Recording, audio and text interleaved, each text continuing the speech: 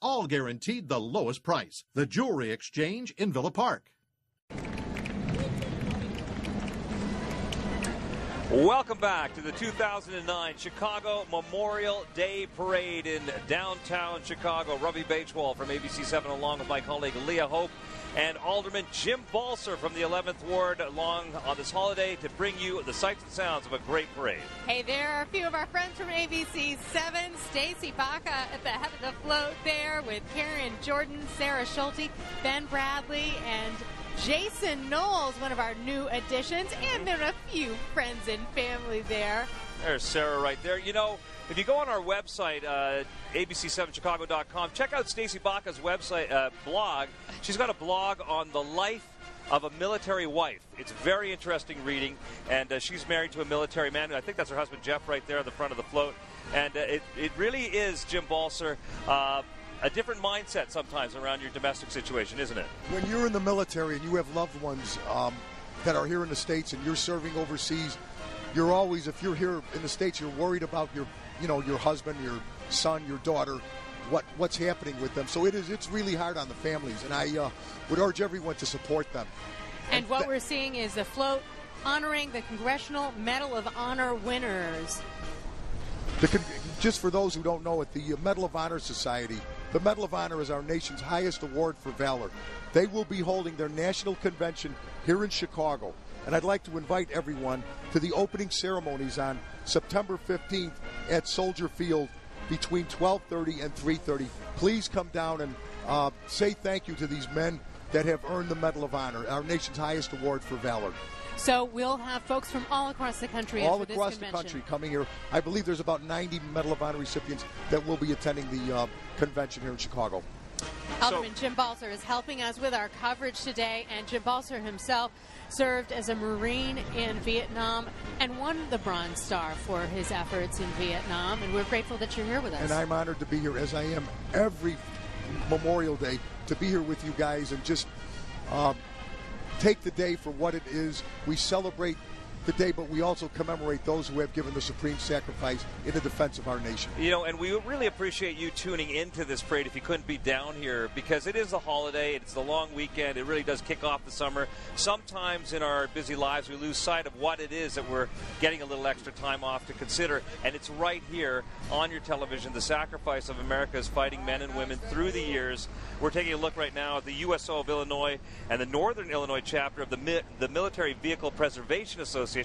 Great vehicles through the years. All the Jeeps really haven't changed all that much. Well, and a lot of work to keep these vehicles going. And they've only got a few blocks to go today, but this means that these vehicles are in operation. So thank you for all that these men and women do with the USO. They've got that familiar hum, don't they? That USO, I can't emphasize enough to thank them enough.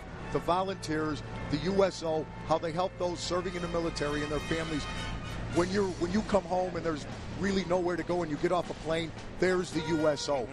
They really help the military and their families. And if you're over at Navy Pier, pop into the USO office, give a hello to the folks who toil away supporting, as Jim Balser says, our American fighting forces. At Navy Pier and Midway Airport. So we were seeing that was a Dodge M37, and now we have one of the vehicles representing the disabled veterans. Of course, we have so many women who have served and have come back disabled, and we want to honor their service as well, and so grateful that they're able to be with us. We've seen several folks who are participating in the parade, some of them on crutches, and they are determined to walk the entire length of this parade. We saw the Korean veterans a little bit earlier as well, and you know, that reminds us that, let's face it, we're about to get a whole new wave of veterans coming back with a range of maladies from the war, and we have to take good care of them and ensure the support services are available to them as well.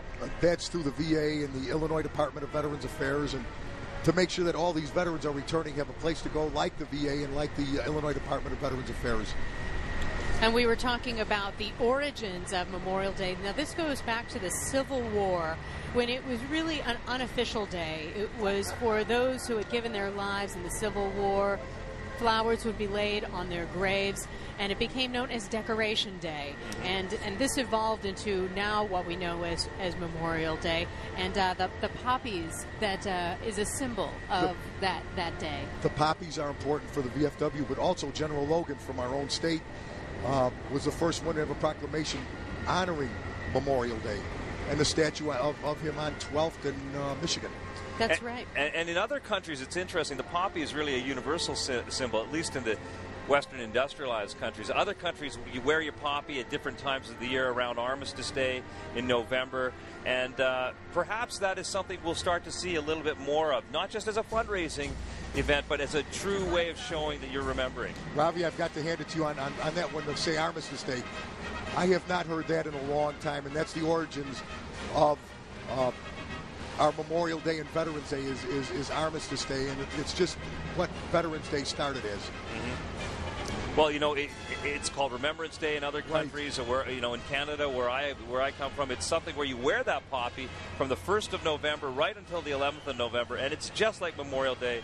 You take a moment out, actually a week and a half out, to ensure that you're remembering the sacrifices of your fighting men and women, and it's just a great honor, actually, to be here for the 3rd year to be able to do this and salute that military representation in our society. We were talking about General John Logan from Illinois, and this was on May 5th of 1868 when he declared this Decoration Day and issued the order that May 30th would be Decoration Day. And of course, as history has gone on and as these years have gone on, this is the day we're waving at some of the veterans who are here. Rick Murray. That's triple nickel. Let's talk about them, the triple nickel. Look at those guys.